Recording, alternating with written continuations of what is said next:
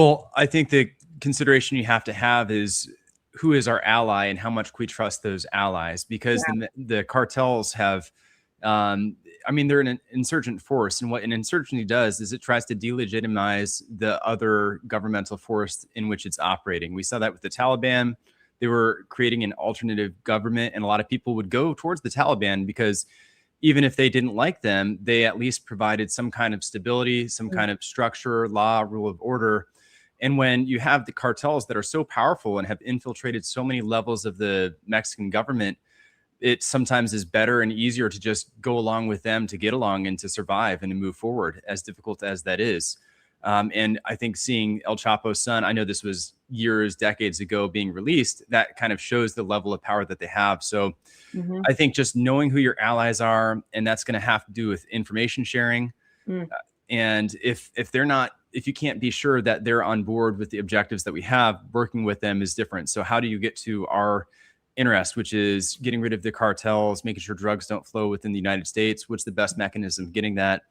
And even though we've been working with the Mexicans for a very long time, I was at 7 Special Forces Group, and we had different detachments that would train with them. They'd come up to Eglin, they'd train here, they'd go down to Mexico and train with them there.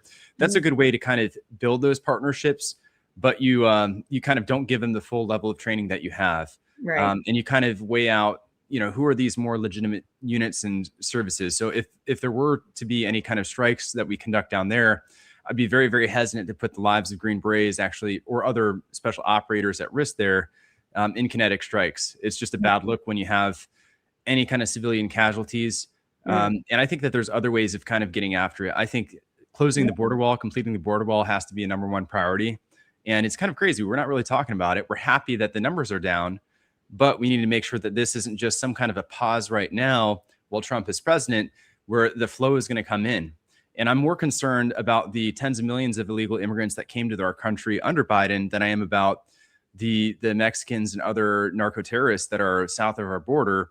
Whereas if we had a border wall, able to kind of secure that, then we wouldn't really have to worry about more threat coming in, but we need to worry about the threat that's within the country right now as well. Absolutely. Well, that is a critical point. As you said, we're all watching this. We know the risk is that when Trump leaves, all of this goes away. We go right back to the status quo of millions of people flowing over the border. This needs to get done before the end of President Trump's term.